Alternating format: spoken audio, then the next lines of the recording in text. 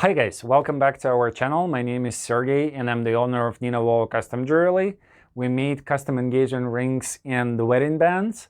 Welcome really back to our channel. I know it's been a while since I posted the last video, and as you can see by the background, we moved. And as you can probably see by the light, it's still not perfect, but for the next video it's going to be much better. But anyway, in today's video we're going to be talking about whether Moissanite is good for your engagement ring. And in a previous video I compared the Moissanite, the diamond, and the lap diamond, and I explained in details what is the Moissanite and what is the difference between the diamond and the lap diamond. So check this out. In this video we're going to be talking specifically about the pros and cons of choosing the Moissanite as the center stone for your engagement ring. So let's start with the good things about the Moissanite. Well, the first good thing is that it's an ethical stone. We know that it's made in a lab 100% of the time. You can find the Moissanite on asteroids or something like that, and in nature it's super rare, extremely expensive.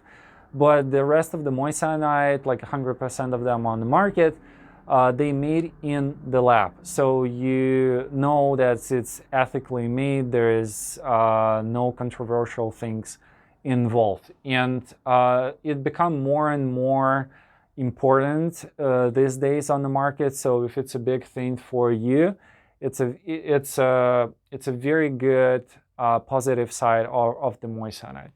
Second thing, it looks like a diamond. And what do I mean by that? On a daily basis, it's look like a diamond. You're not going to see the difference. Of course, you probably seen the videos of people comparing the diamond and the Moissanite. And let's say if you hold them together next to each other in the same setting under the same light, and they are both brand new and completely clean and clear, then you'll see the difference. And again, if you know what you're looking for, what to look for actually. The Moissanite sparks more. The refractive index about 2 times higher, not 2 times higher, 1.5 times higher for the Moissanite than for the diamond. And also the sparks has slight color. It's usually slightly blue, where the diamond doesn't have any color in sparks. But again, if you know what you're looking for, what do I mean you're not going to see the difference on a daily basis? While you're wearing the engagement ring, some little dust, little things collecting under the stone, your chemical products like lotion, sunscreen, anything like that, again collecting on the ring, on both of them, on the diamond and the Moissanite. And when you're looking at that rings and you holding them even together, you're not going to see the difference until you clean them to the condition of the brand new ring.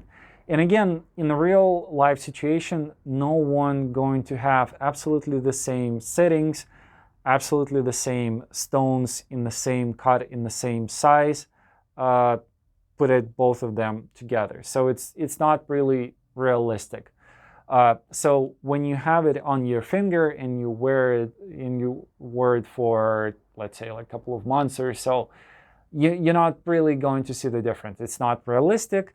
And also no one would ask you whether it's a Moissanite on the diamond. It's simply a rude question, asking someone like, oh, what it is, like, is it a Moissanite or is it a real diamond? No one usually asking about it. And from my observations, from my friends, when my friends propose to each other, of course, other friends would ask, oh, how cool is the ring, like what it is and things like that. But then after a while, couple of weeks, no one would really ask about it. So you can be safe and don't worry about it whether the Moissanite looks the same with the diamond. In terms of third positive side is the durability. The Moissanite in general, modern Moissanite, are very durable stone. They are scratch resistant. It's almost as durable as the diamonds, slightly less, of course. There is nothing more durable than the diamond, but it's durable enough for the engagement ring. It's very, very hard to scratch it. It's very hard to crack it as well. It doesn't fade, it doesn't change its color or anything like that, so it's very, very good choice. And it's very inexpensive. So even though something happened with it, you can always replace the stone. You can also insure it actually for about like $30 a year, and if something happened, you can easily change it. So it's not a problem. But overall, it's a very good choice in terms of the durability. And it's also a good choice in terms of the price as well. The Moissanite in general, 4 times more affordable than the diamonds. Still, it's not a cheap stone, but it's much more affordable for the very similar look.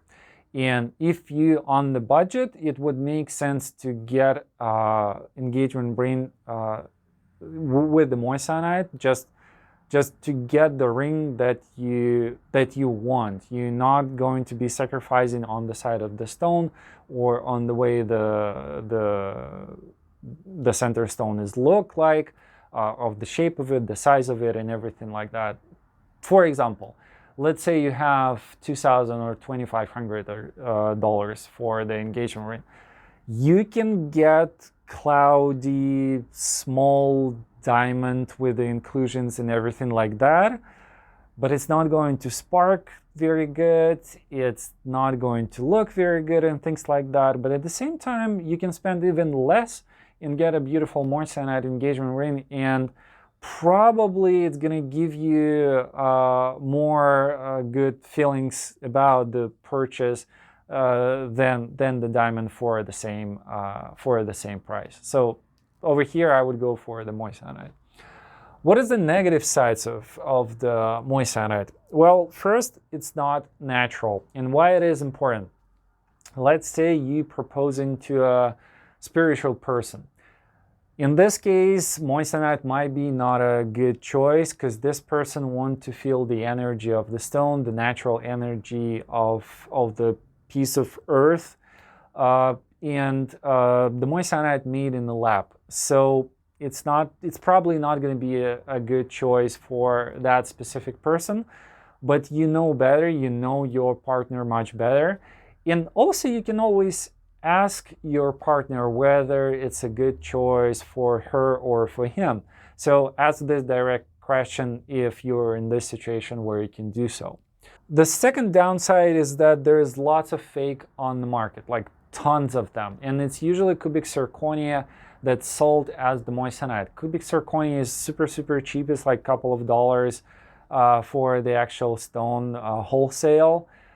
And the Moissanite getting close to $1,000. So you can understand why someone would want to sell the cubic zirconia as the Moissanite. That's why we personally buy in all of our Moissanite from the one supplier, from the single supplier. We just want to make sure that it is what it is.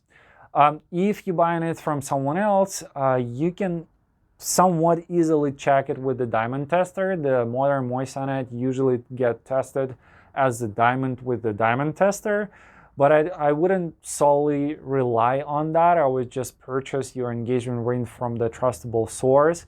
And in case if something happened, you can always go back there and tell them, oh guys, this is not the Moissanite, what you sold me or anything like that. You'll be able to figure out the situation. But do not buy it from, I don't know, marketplace and expect that you're gonna get what's in the description. Usually that's not the case. Third thing, that it's not a diamond. And what do I mean by that? And I had a couple of stories like that actually. Some people expecting the diamond, nothing else, not a Moissanite, not a white sapphire or anything like that. Actually, for the white sapphire in this situation where you want to propose with the diamond-like stone, but you don't have the budget for it, instead of the Moissanite, you can go with the white sapphire. That's an option. But over here, as I said, it's not a diamond, and some people would expect the diamond. They have a very clear idea of how their engagement ring should look like. And some people would try to cut the corners, I would say, to save some money a little bit here and there on the engagement ring and propose with the moissanite, where their partner expecting the diamond. You have to be clear over here. You have to know who your partner is and what they are expecting, and clearly have this idea in your head that the moissanite, not the actual diamond. If your partner expecting the diamond, you should go for it or not go for it at all. But you shouldn't have this idea that you can replace one thing to another. And the fourth thing, there is resale value.